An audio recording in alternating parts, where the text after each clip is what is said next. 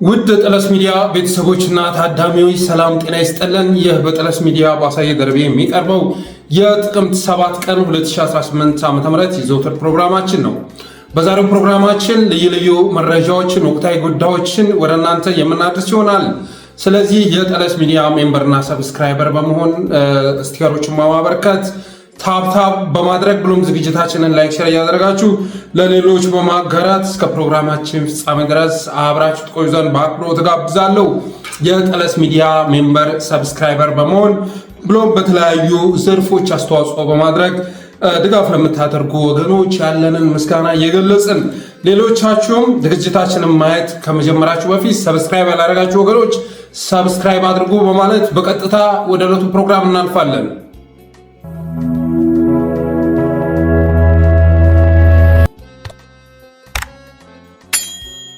የመጀመሪያው ርዕሳችን ድርድርን ይመለከታል። ድርድርን በተመለከተ ዛሬ አንድ መረጃ ወጥቷል። በአማራ ክልል ያለውን ግጭት በሰላማዊ መንገድ ለመቋጨት ጥረት እያደረግኩ ነው ሲል የአማራ ክልል መንግስት ኮሚኒኬሽን ቢሮ ኃላፊ አቶ መንገሻ ፈንታው ገልጿል። በአማራ ክልል ያለውን ግጭት በሰላማዊ መንገድ ለመቋጨት ጥረት እያደረግኩ ነው ሲል የአማራ ክልል መንግስት ኮሚኒኬሽን ቢሮ ኃላፊ አቶ መንገሻ ፈንታው ገልጿል። ግጭቱ ሀብት ንብረትና የሰው ህይወት ላይ ውድመት እያደረሰ ነው። ስለዚህ ችግሩን በድርድር መፈታት አለበት የሚል አቋም ይዤ እየሰራው ነው ብሏል። እንግዲህ ዶክተር መንገሻ ፈንታው አቶ ብለው ነው ዛሬ ዘገባውን ያወጡት። ዶክተር መንገሻ ፈንታው የሚታወቀው በግልፍተኛ ንግግሩ ነበር። ልክ እንደዛ ኮሎኔል ጌትነት አዳነ ሁሉ ግልፍተኛ ንግግር በማድረግ ነበር የሚታወቀው። መድረክ ላይ ወጥቶ ሲናገር በስማ ፋኖ አለቀለት ነው የምትሉት። አለቀለት ከገባበት ገብተን ኮሌታውን ጨምድደን አውጥተን የምንወስደውን እርምጃ እንወስዳለን እያለ ሲያቅራራ ስትሰሙት ፋኖ አለቀለት ነው የምትሉት። ሰውየውን ካላወቃችሁ ማለት ነው። በጣም ግልፍተኛ ነው፣ ስሜታዊ የሆነ ሰው ነው እና ይህ ሰው ከፋኖች ጋር ድርድር በማድረግ ችግሩን በሰላማዊ መንገድ ለመፍታት ጥረት እያደረግን ነው ብሏል። በነገራችን ላይ መንገሻ ፈንታው ከዚህ በፊት የሚታወቀው 5200 ታጣቂ ያስገባል፣ 10,000 ታጣቂ ፈረመ በሚል ንግግሩ ነበር የሚታወቀው። 10 ታጣቂዎች ለብቻቸው ህዝብ ሲያግቱ የነበሩ እጃቸውን ከሰጡ 10,000 አድርጎ አጋኖ ቁጥር በማቅረብ ነበር የሚታወቀው። ከገባበት ገብተን ኮሌታውን ጨምድደን አምጥተን መልክ እናስይዘዋለን እያለ ሲፎክር የነበረ ሰው ነው። እስኪ በፊት ንግግሮቹ ቀንጨብ አድርገን ሰምተን እንመለስ። ስብሰባም የተነሳውን መሰረት በማድረግና መንግስት ለሰላም ያለውን ቁርጠኝነት መሰረት አድርጎ የ7 ቀን የሰላም ጥሪ አድርጎ በ7 ቀን ውስጥ ታጣቂ ኃይሉ እንዲገባ ጥሪ አስተላልፏል። አሁን ይሄን መሰረት አድርገን ስንሄድ ጊዜው በቂ ባለመሆኑ ተጨማሪ የ7 ቀን ጊዜ ተሰጥቷል። በዚህ መሰረት እስካለንበት ሰዓት ድረስ ወደ 5216 የሚሆን ታጣቂ ኃይል ወደ ሰላም ሁኔታ የተመለሰበትና ሰላማዊ ህይወቱን ለመምራት ፈቃደኝነቱን አሳይቶ አቀባበል የተደረገበት ሁኔታ ነው ያለው። እንኳን ይሄን ቅዱስ ቦታ አሁንም እየሰማን ያለ ነው።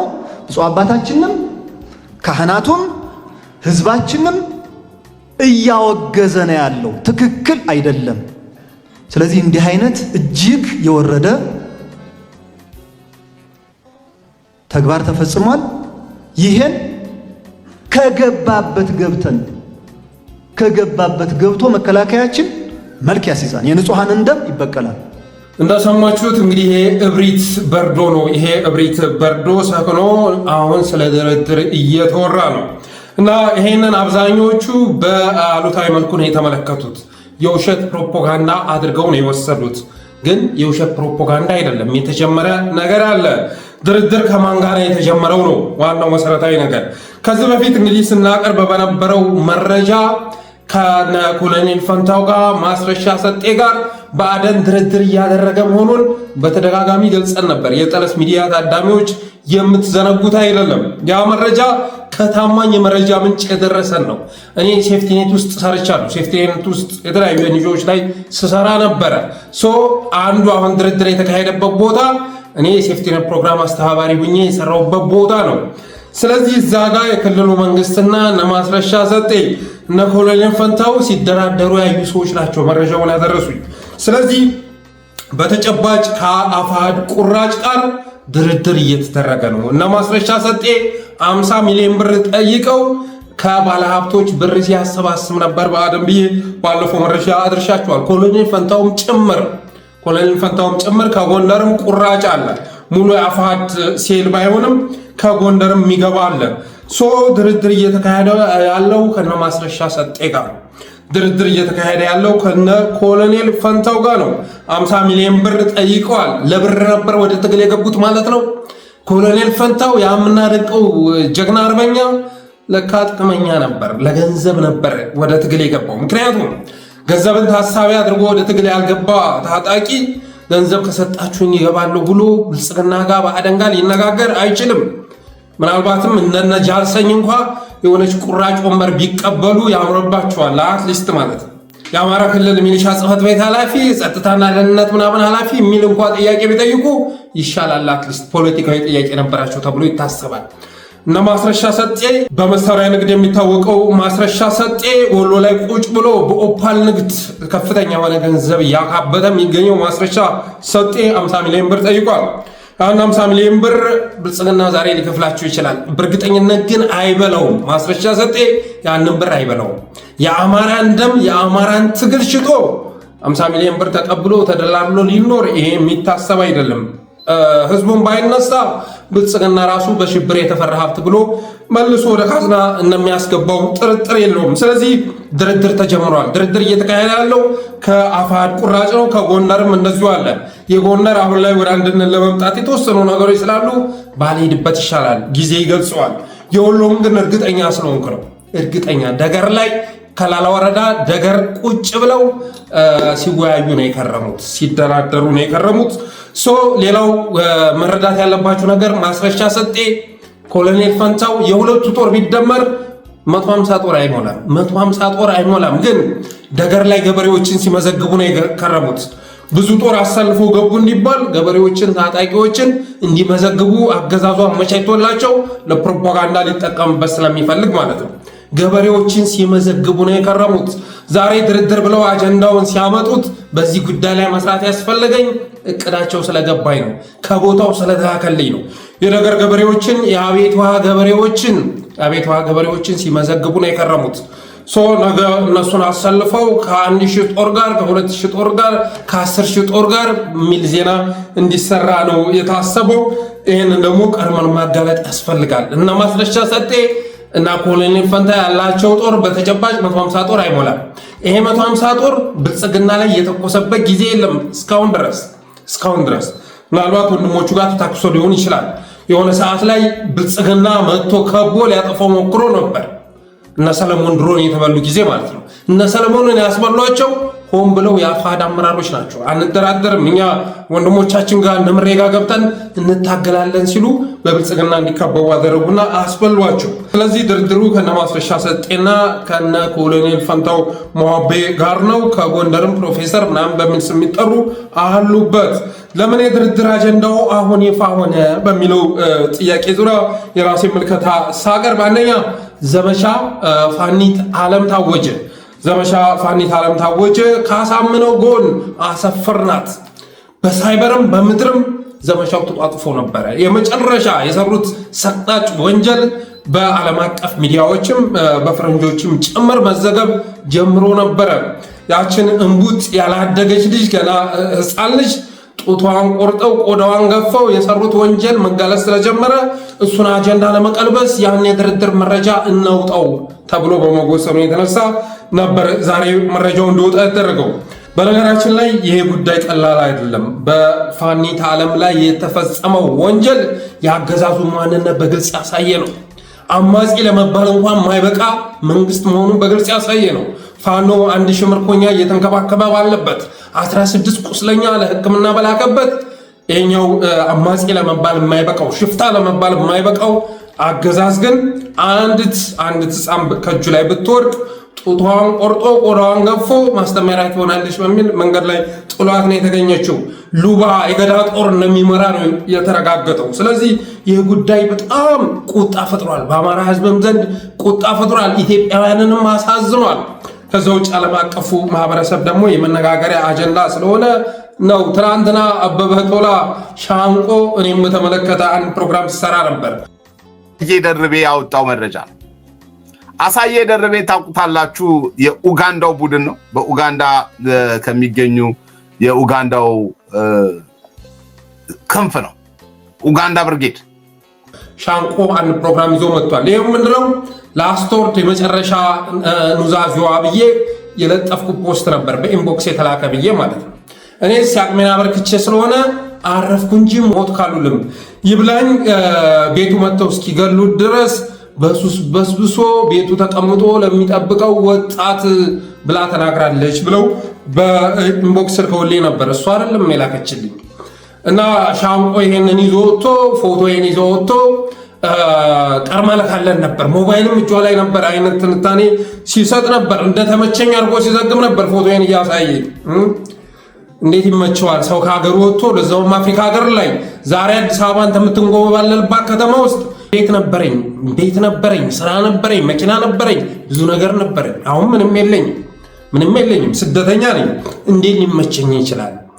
እኛ ዩቲዩብ ብንሰራ ለገንዘብ አይደለም፣ ለሽቅል አይደለም። የምንሰራው ለትግል ነው። ለዛም ነው በፌስቡክም በትዊተሩም በሁሉም ስንወራጭ የምንውለው፣ በሁሉም የሚዲያ ብልጫ ለመውሰድ ስንሰራ የምንውለው። ስለዛ ነው። ገንዘብን ታሳቢ ያደረገ ሰው ፌስቡክ ላይ ምን ይሰራል? ትዊተር ላይ ምን ይሰራል? ምንም እንኳን አበበ ቶላ የኤርትራ ተላላኪ፣ የግብፅ ተላላኪ፣ ወያኔ እያሉ ይዘበዝቡ ወያኔ እንኳን እኛን ቀርቶ የራሱን እነ ዳንኤል ብርሃነን እነ ፍጹም ብርሃነ ሌሎቹም የቀድሞ ካድሬዎቹን መክፈል አቅቶት ለብልጽግና አሳልፎ ሰጥቷል። ስለዚህ ራሱ በገንዘብ ተቀጥሮ የሚሰራ ሰው ሌላውን በገንዘብ የሚሰራ ይመስለዋል። አበበ እንደዛ ነው ያሰበው። አዲስ አበባ ላይ ዘመናዊ ቤት ተሰጥቶት ዘመናዊ ስቱዲዮ ኪራይ ተከራይቶለት አገዛዙ የቀረጻ ማቴሪያል ተሞልቶለት የዩቲዩቡን ተውት በየወሩ ከባለ ሀብቶች ስፖንሰር እየተደረገ አዲስ አበባ ላይ ቁጭ ብሎ እየሰራ ነው። እና ሀገራችንን ተረከባችሁን፣ የነበረንን አሳጣችሁን። አሁን ችግር ላይ እንደሆነ ነው የምናውቀው። በታሪካችን አይተነው የማናውቀው ልክ እና አማራ ሕዝብ ሁሉ ዝቅተኛ የወረደ ኑሮ ውስጥ እንዳለን ነው የምናውቀው። ስለዚህ ፎቶ በመመልከት ያው እሱ ቅንጦት ይወል ላይ ተቀምጦ ሌላውን እንደዚህ በል እያለ ይላል። ከኛ በላይ እየታገለ አማራ ሊኖር አይችልም። እዛው አዲስ አበባም እየታሰርንም እየተፈታንም ከኛ በላይ እየታገለ ከኛ በላይ እየተንገላታ በኤርፖርት እኮ አይደለም የወጣ ነው። ስንት ተከፍሎ አንድ ልጅ ዛሬ የለቀቀችው ቪዲዮ አለ። ይህም በተመለከተ በኋላ አሳያችኋለሁ። እና ኤኒዌይስ ግን አበበ ያንን ፕሮፓጋንዳ ይዞ የመጣው ዘመቻ ዓለምን በማቀጣጠል ረገድ ሚናችንን ስለተረዳ ነው። ስለዚህ የድርድር ጉዳይ ዛሬ የተነሳውም የዘመቻ ዓለምን አጀንዳ በፋኒት ዓለም ላይ የፈጸሙትን ወንጀል ማድበስበስ ያስፈልጋል፣ በዚህ መጥለፍ ያስፈልጋል ተብሎ በመታመኑ ነው። ሌላው በአፋብኃና በአማራ ላይ ያወጁትን ጦርነት ለማድበስበስ ነው። ብልጽግና በታሪክ እስካሁን ድረስ አማራ ምድር ላይ አድርጎት በማያውቅ መልኩ የኦሮሚያ ልዩ ኃይልን የኦሮሚያ ሚሊሻ አባት ወርቤ ኮሬን የገኘ አማራ ምድር አስገብቷል። በመከላከያ ልብስ በመከላከያ ሚሊታሪና መታወቂያ አስገብቷል። ስለዚህ አፋብኃን አሁን ለመጨረሻ ጊዜ ማድቀቅ ያስፈልጋል። አማራ ህዝብንም መምታት ያስፈልጋል። ከተቻለ አፋብኃን፣ ካልተቻለ ደግሞ ህዝቡን ለመጨረሻ ጊዜ አድቅቀን እንወጣለን የሚል ውሳኔ ላይ ደርሰዋል። ስለዚህ ያንን ለማደናገር ያመጡት አጀንዳ ነው። በሰላማዊ መንገድ አገዛዙ ችግሩን ለመፍታት ወሰነ እየተባለ እንዲነበብ ነው የፈለገው። ግን በተጨባጭ ደግሞ በየቀኑ 40-50 ታታ የኦሮሚያ ሚሊሻ አማራ ምድር ውስጥ እየገባ ያለበት ሁኔታ ነው ያለው። ስለዚህ አገዛዙ ቅልጥ ያለ ጦርነት አማራ ላይ አውጇል። በዛ ጦርነት ግን በእርግጠኝነት መናገር የሚቻለው አፋብኃን ቅንጣት ታክል ጉዳት ማድረስ አይችልም። አፋብኃን ማጥፋት የሚችልበት ቁመና ላይ አይደለም ያለው። ትናንትና በወሎ ከፍተኛ የሆነ ጦርነት ተካሂዷል። ግን ማን ተለብልቦ ማን ተጎድቶ እንደተመለሰ የሚታወቅ ነው። ሌላው ጫና ስለበዛበት ነው። ሶስተኛው ጫና ስለበዛበት ነው። ቅሬታና ቁጣ ስለተበራከተ ነው። አንድ ፓስተር በትናንትናው ዕለት ወሳኝ ንግግር ሲያደርጉ ነበር። ምንም እንኳን አጨራረሱ ባይመቸኝም መጀመሪያ ላይ ግን ለብልጽግና ያስተላለፉት መልእክት በጣም ገንቢ ሆኖ አግኝቼዋለሁ።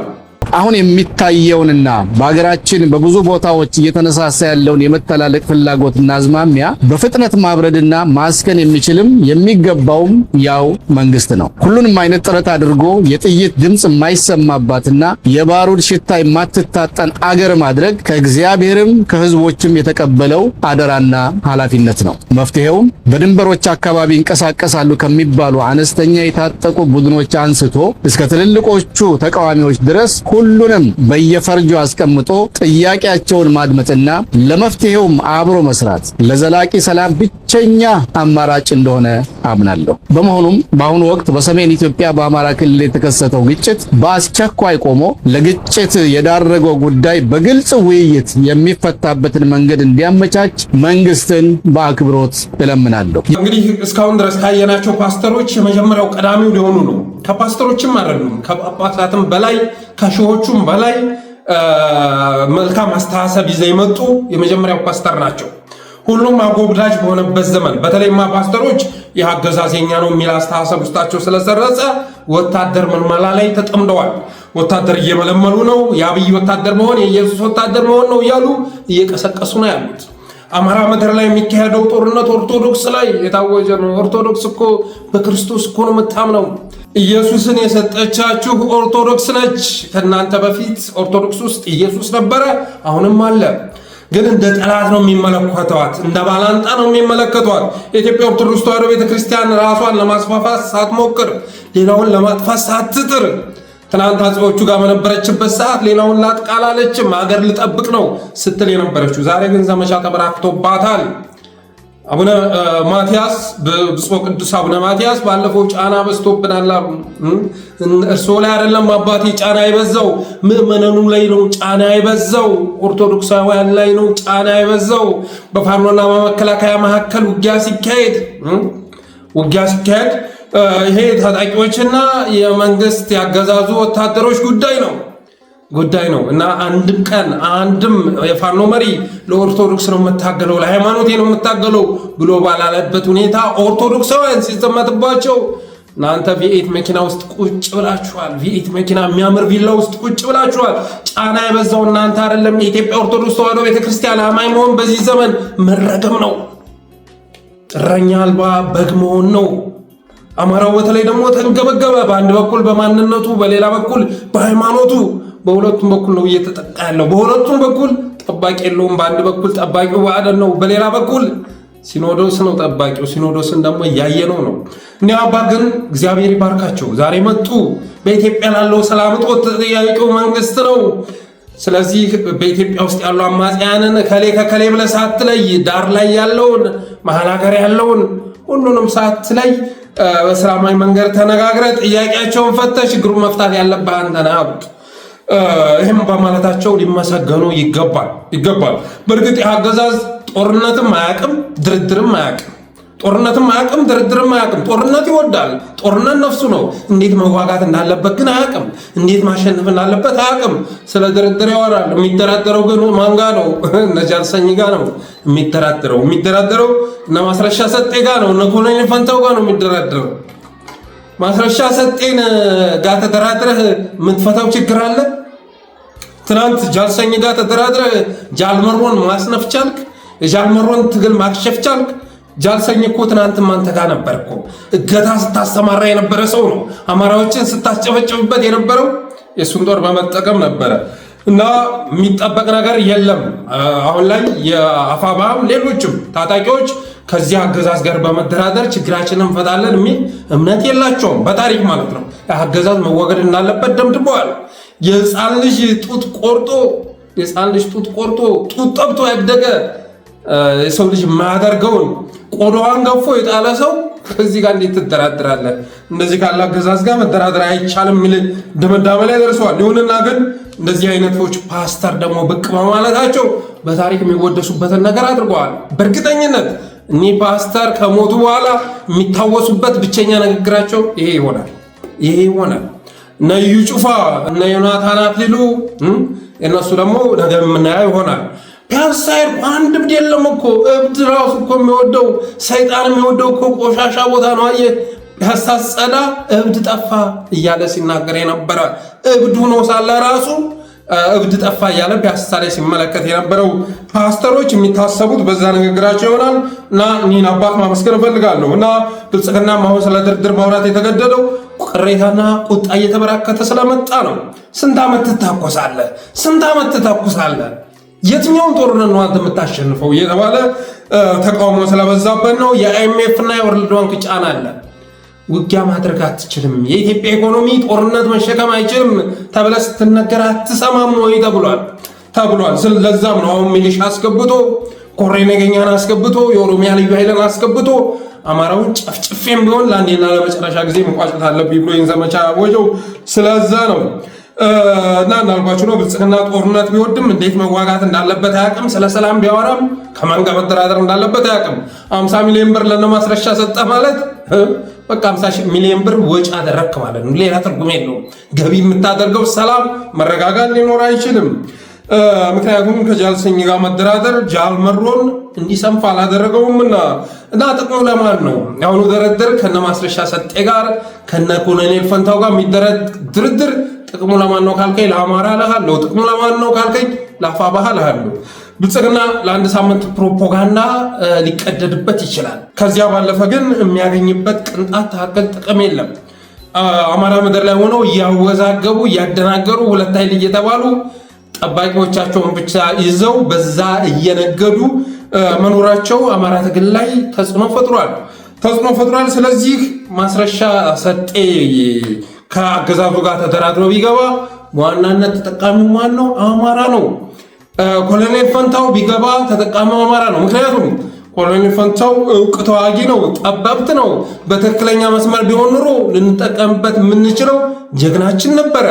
ግን በተሳሳተ መስመር ውስጥ ገብቶ ለአማራ በመታገል ፈንታ አማራውን ሲታገል ነው የከረመው እና የዚህ ሰውዬ መግባት አማራ ትግል ላይ ጥቅም እንጂ ጉዳት የለውም።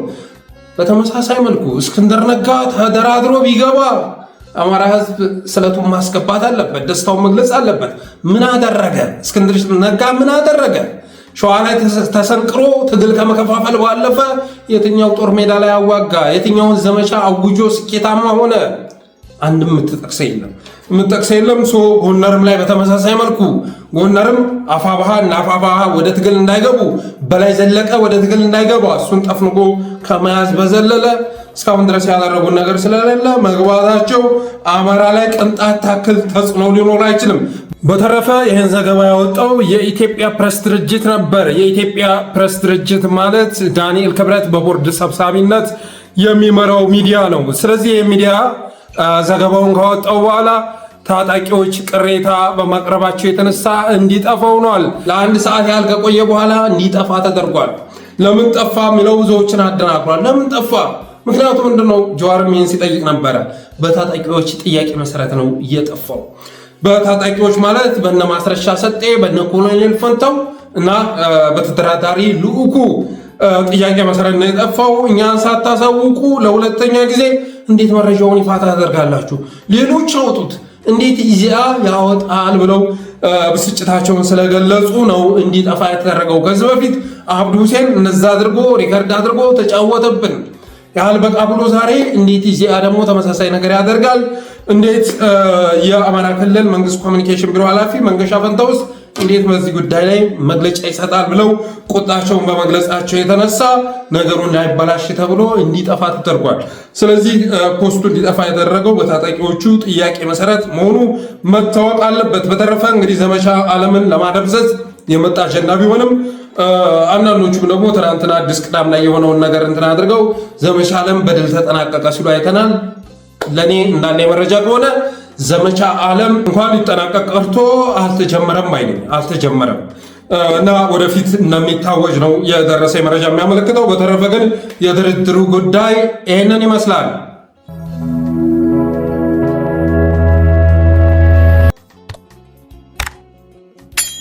ወደ ቀጣዩ ርዕስ ስንሻገር በጌታቸው ረዳና ጻድቃን ገብረትንሳኤ የሚመራው የትግራይ የሰላም ሰራዊት የሚባለው ትግራይ ፒስ ፎርስ ወይም ደግሞ ሐራ መሬት የሚባለው ታጣቂ ከብልጽግና ጋር ተሰልፎ አማራን እየወጋ መሆኑ ተረጋግጧል።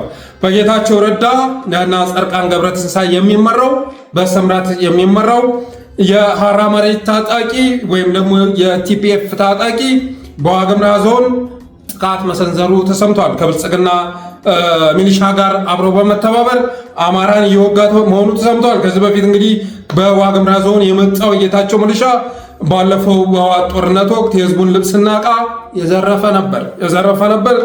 ያንን ታጣቂ አሁንም እናዘመቱት የደረሰ መረጃ ያመለክታል።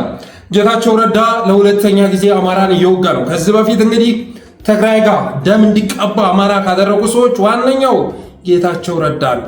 በሚዲያ እየመጣ እየተንቶለቶለ አማራ ኤሊት ላይ የምናወራርደው ሂሳብ አለ እያለ እየሸለለ አማራው ራሱን እንዲከላከል ህዝቡን አስተባብሮ ራሱን እንዲከላከል ማድረግ ችሏል። በትግራይና በአማራ ጦርነት ላይ በእርግጠኝነት የምነግራቸው ነገር ቁጥር አንድ ከአብይ አህመድ ባልተናነሰ መልኩ ተጠያቂ መሆን ያለበት ጌታቸው ረዳ ነው። ሲናገራቸው የነበሩ የጥላቻ ንግግሮች አማራውን እያስቆጣ ትግራይ ላይ እንዲዘምት የሚያደርግ ነበር። አብዛኛው ኢትዮጵያዊ በወቅቱ ከአብይ አህመድ ጋር እንዲሰለፍ ካደረጉ ንግግሮች መካከል የጌታቸው ረዳ ንግግሮች ተጠቃሽ ናቸው። ኢትዮጵያን ስለማፍረስ ሲቀባጥር ነበር። አማራ ላይ ስለማወራረድ ሲናገር ነበር። ጎንደር ላይ ሲሸልል ነበር። አማራ ላይ ተናገራል።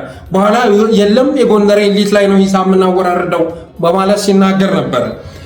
ጎንደርስ ቢሆን አማራ አይደለም ወይ በማለት መላው አማራም በዛ ጦርነት ላይ ማድረግ ያለበትን አድርጓል።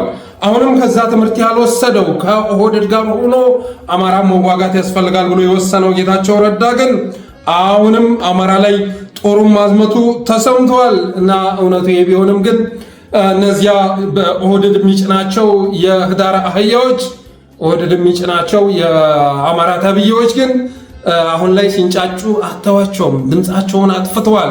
ለዛም ነው እኔ ያንን ኃይል በፍጹም ልታዳምጡት አይገባም ምላችሁ። ስለዛ ነው ዘመነ ካሴ እና ደብረ ጽዮን በምናቡ አስቀምጦ እንዴት እንደዚህ ይደረጋል እያለ ሲፎክር ሲያቅራራ ታውታላችሁ።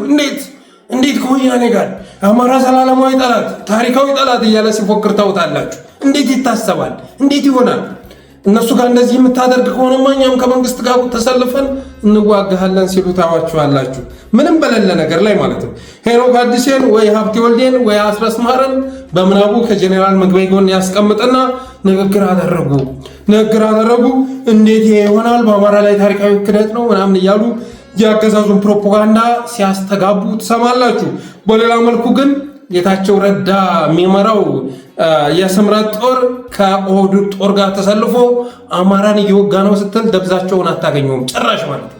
እስኳድ ምናምን የሚባል መናኛ ቡድን እንደዚህ አይነት ዜና ሲመጣ የት እንደሚገባ ማወቅ አትችልም። ለማንኛውም በፎቶ እንደምታዩት ዛሬ በባሌ ተራሮች ላይ እነ አባዱላ አብይ አህመድ እነ ጻድቃን እነ ጌታቸው ረዳ ተሰባስበው ሰሜኑን እንዴት እናውድመው የሚለው ርዕስ ጉዳይ እየመከሩ መሆኑን የደረሰ መረጃ ያመለክታል።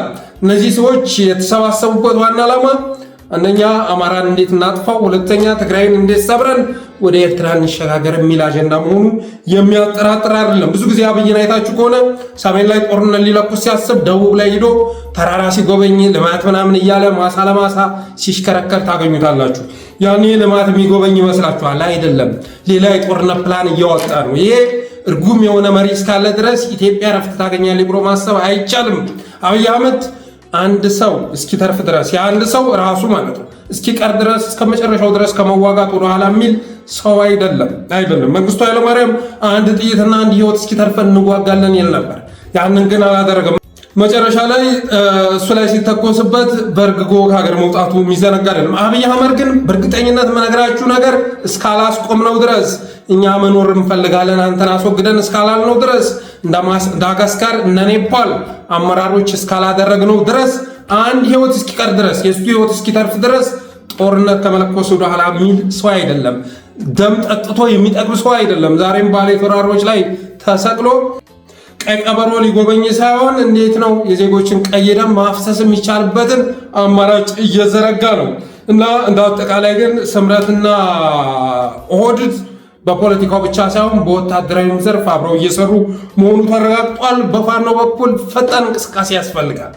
ፈጣን እንቅስቃሴ አሁን እየተሳደደ ከሚገኘው የቲዲኤፍ ፋይል ጋር አብሮ ስለመስራት በአስቸኳይ መወሰን ያስፈልጋል። ለሌሎች አማጽያን ታጣቂዎች ጥሪ ማድረግ ያስፈልጋል። ለጉምዝ ታጣቂ ለአጉጉማ ለአፋር ብሔራዊ አንድነት ግንባር ማለት ነው፣ ለኦሮሞ ነጻነት ሰራዊት፣ ለደቡብ ኢትዮጵያ ፋኖ፣ ለሌሎችም ጥሪ ማድረግ ያስፈልጋል። ህልውናችንን እናትረፍካል። ይህን ጡት የሚቆርጥ የህፃን ጡት የሚቆርጥ ቆዳ የሚገፍ አገዛዝ ለማስወገድ ከየትኛውም ምድራዊ ኃይል ጋር ብትተባበሩ የአማራ ህዝብ ቅር ስለማይሰኘው በፋኖ በኩል ፈጣን እንቅስቃሴ ያስፈልጋል።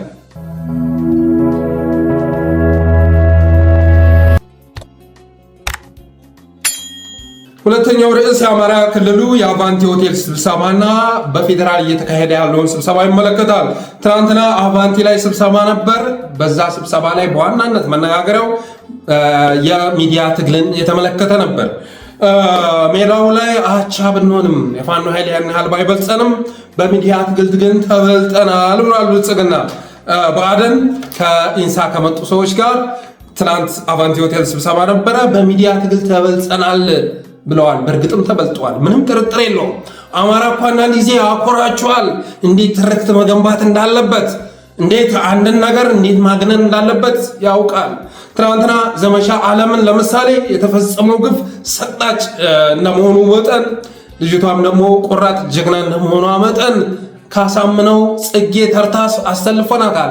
እኔ ይህን ዘመቻ ስመለከት በእሷም ላስቶርድ እንደተገለጸው እንኳን ሞተች ልል ቀርቶ አረፈች ለማለት ይከብደኛል። ሕያው ሆነች፣ ሕያው አደረግናት።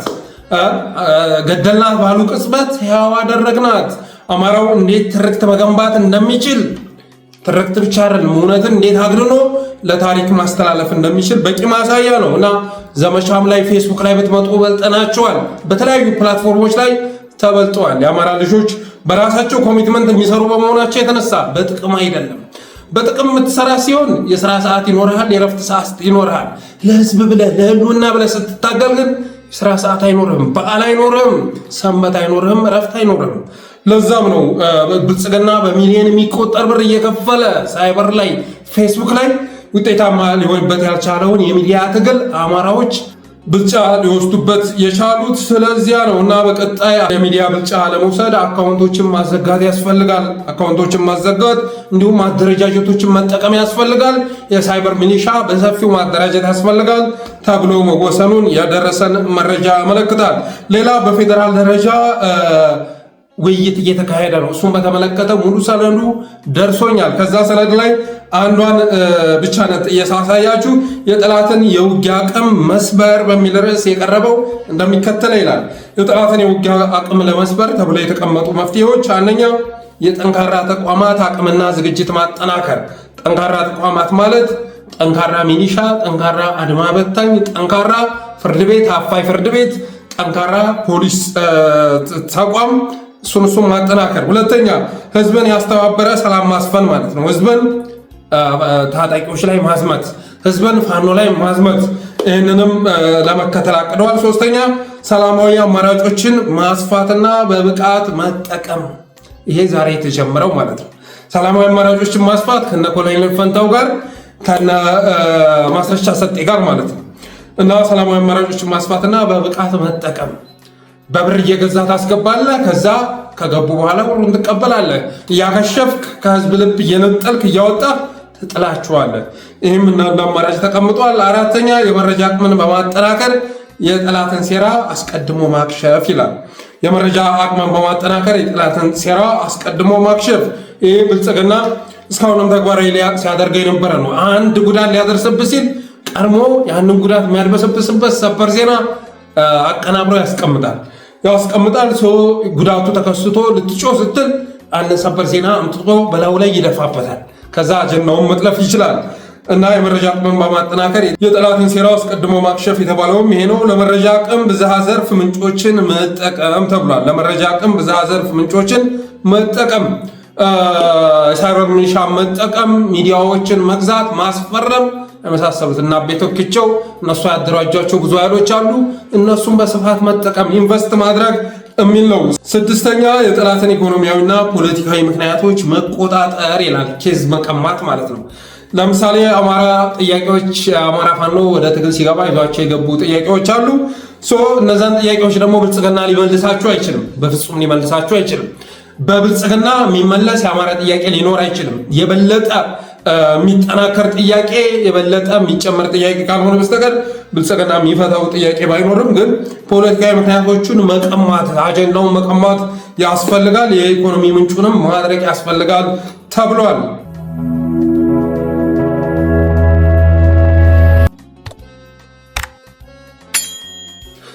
ወደ ቀጣዩ ርዕስ ስንሸጋገር ባለፈው እንግዲህ ብልጽግና በአመት ውስጥ 200 ቢሊዮን ብር ከቅጣት ገቢ ማሰባሰብ የሚል እቅድ ማቀዱን ወደ እናንተ አድርሼ ነበር። በአመት ውስጥ 200 ቢሊዮን ብር ዜጎችን በመቅጣት መሰብሰብ አለብኝ ብሎ ልክ እንደ ግብር ማለት ነው ብልጽግና ማቀዱን ገልጬ ነበር። በዚህም መሰረት በአሶሳ ከተማ በቤኒሻንጉል ማለት ነው ለብልጽግና ህንፃ ማሰሪያ የተባለ እያንዳንዱ የአሽከርካሪ 10 ሺህ ብር ማምጣት አለባቸው ተብለው መያዛቸውን የደረሰ መረጃ ያመለክታል።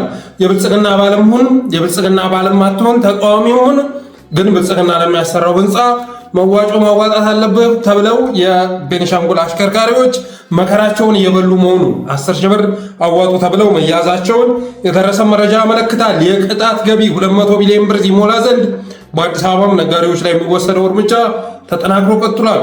በዚህ መሰረት ሰሞኑን በወጣው መረጃ 865 ነጋዴዎች መታሰራቸው ተሰምቷል። 576 ፍቃዳቸው ተሰርዟል። 1263 ንግድ ፍቃዳቸው ታግዷል። 33020 ሱቃቸው ታሽጓል። ሱቃቸው እንደምታዩት ነው። 33020 ታሽጓል። ማስጠንቀቂያ ለ29588 ተሰጥቷል።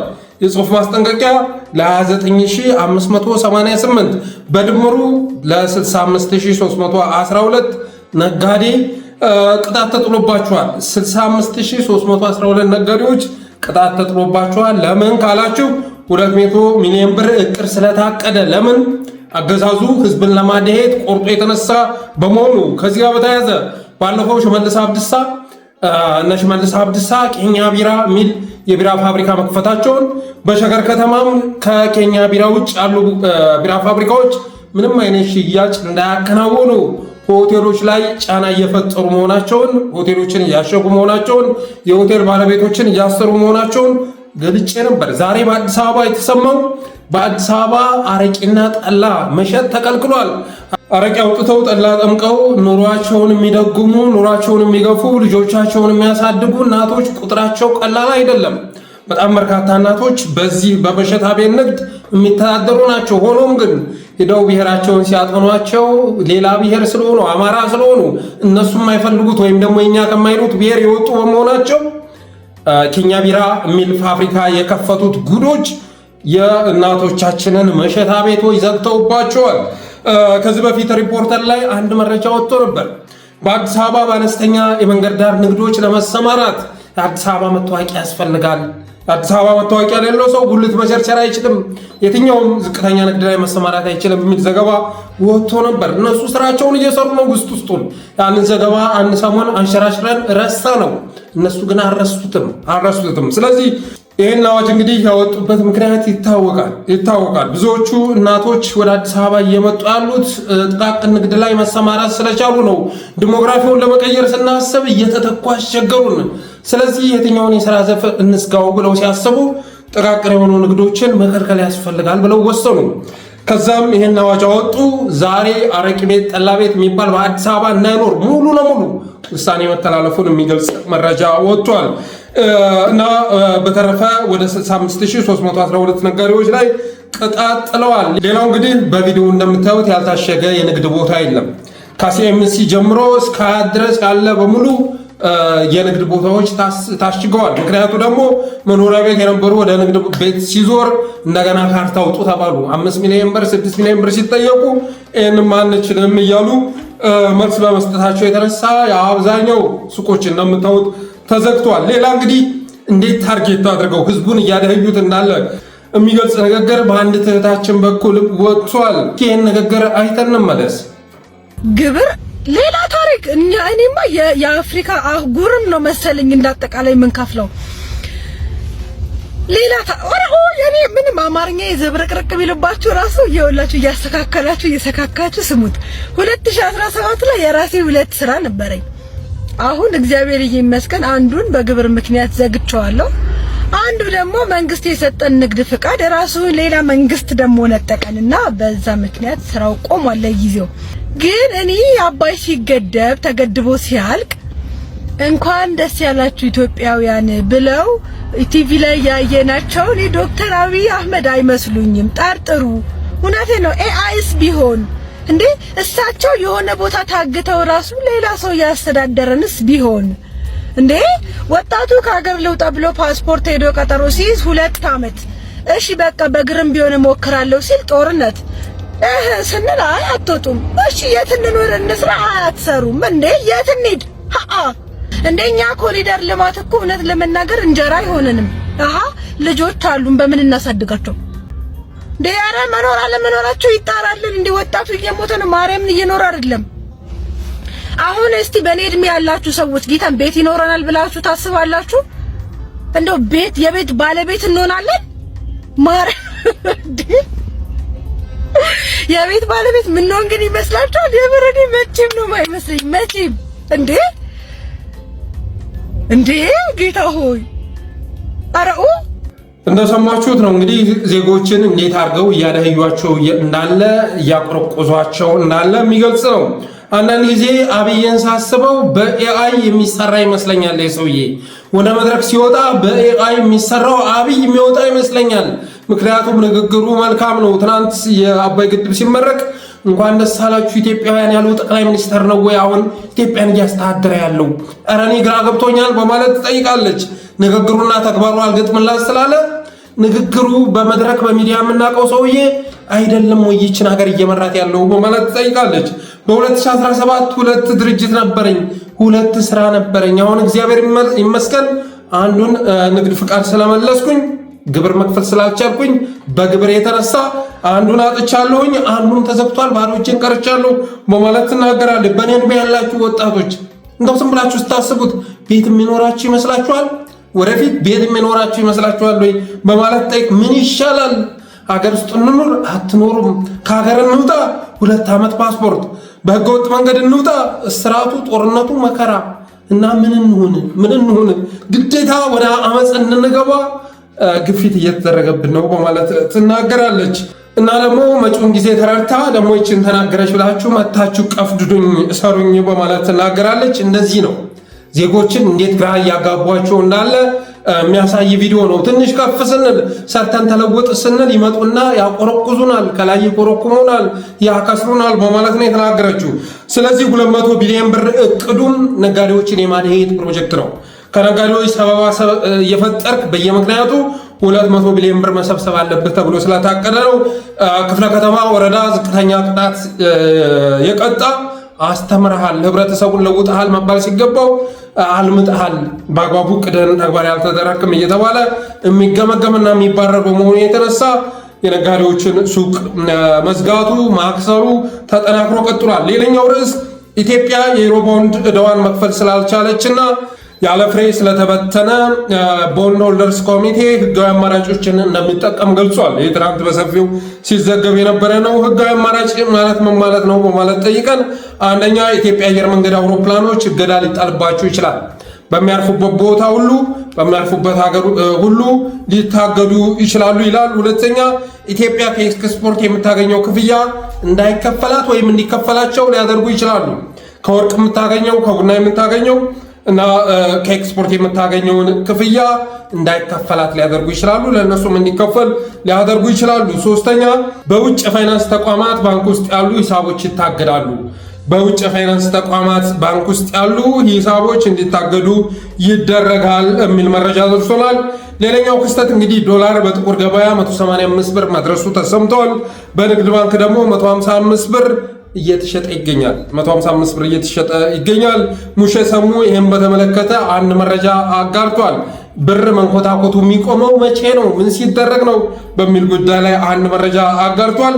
እና እንግዲህ በኢህአዴግ ዘመን ከ7 ዓመት በፊት ማለት ነው አንድ ኢትዮጵያዊ ያለበት ብድር ወይም ኢትዮጵያ ያለባት ብድር ለዜጎቿ ሲከፋፈል $92 ነበረበት።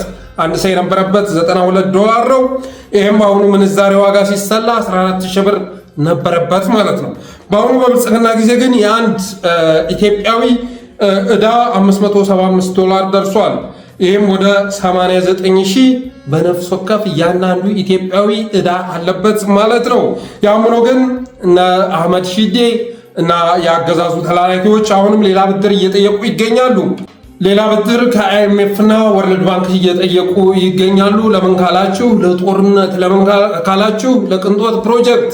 እንግዲህ እነ አህመድ ሺዴ ውጭ ሀገር ሄደው ብድር መክፈል ስለማንችል እባካችሁ እስከ 2028 ይራዘምልን ብለው ጥያቄ አቅርበው ብናራዝም እንዴት አድርጋችሁ ታመጣላችሁ ተብለው ሲጠየቁ ሎ ኦፍ አትራክሽንን ከመጥቀስ ባለፈ ቅን እየተመኘን ነው፣ ቅን እየተመኘን ስለሆነ ማግኘታችን አይቀርም የሚል መልስ ከመስጠት ባለፈ አማራጭ ሊጠቁሙ ስላልቻሉ የለም አናራዘምም እንከሳችኋለን ተብለዋል። አብይ አህመድ ደግሞ ሀገር ውስጥ ኒውክለር ከኮሪደር ወደ ኒውክለር ተሸጋግሮ እየፎከረ ይገኛል። ትናንት ናትናኤል መኮንን ፖስት አጋርቶ ነበር። የጫካ ቤተመንግስቱን ሂጄ ጎበኘሁ እና ይሄ የጫካ ቤተመንግስት እውነት ለመናገር የመንግስት ሳይሆን የህዝብ ነው። ምክንያቱም ብሎ ምክንያቶቹን ሲዘረዝር አንደኛ የመሆኛ ገንዳ አለው አለ፣ የስፖርት ማዘወተሪያ አለው አለ፣ የስብሰባ አዳራሽ አለው አለ፣ የሰርግና ድግሶችን ለማሰናዳት የሚችሉ ልዩ ልዩ አዳራሾች የያዘ ነው አለ። ባለ 7 ኮከብ ሆቴል ከጀርባው እየተሰራ ነው። ስለዚህ ይሄማ የመንግስት ሳይሆን የህዝብ ነው በማለት ጽፎ የብልጽግና ሳይበር አርሚውን ጭምር ሲንጫጩበት ነበር። ባከም ፖስት አጥፋ እና ባለ 7 ኮከብ ሆቴል የህዝብ የሚሆነው እንዴት ነው? መዋኛ ገንዳው የህዝብ ሊሆን የሚችለው እንዴት ነው? ሰርግ የሚባለው ነገር በአሁኑ ሰዓት እኮ ከሰርግ ውጭ የሆነ ትውልድ ተፈጥሯል። ከሰርግ አይደለም ከትዳር ውጭ፣ ከማግባት ውጭ፣ ከመውለድ ውጭ የሆነ ትውልድ ተፈጥሯል። ኢኮኖሚካል ፕሮብሌሙ ወንደላጤው እንዳያገባ ያገባው እንዳይወልድ ማድረግ ችሏል። እና ስለ የትኛው የሰርግ አዳራሽ ነው የምታወራው? ስለ የትኛው ሰርግ ነው የምታወራው? ይሄ ሁሉ የሚጠቅመው ለአንተ እንጂ ለኛ አይደለም። እንዲህ አይነት ፖስት እያመጣ መንግስታችንን አታስታጣ፣ አጥፋው ሲሉት ነበር፣ አጥፋው ሲሉት ነበር። ስለዚህ እነ አህመድ ሺዴ አሁንም ብድር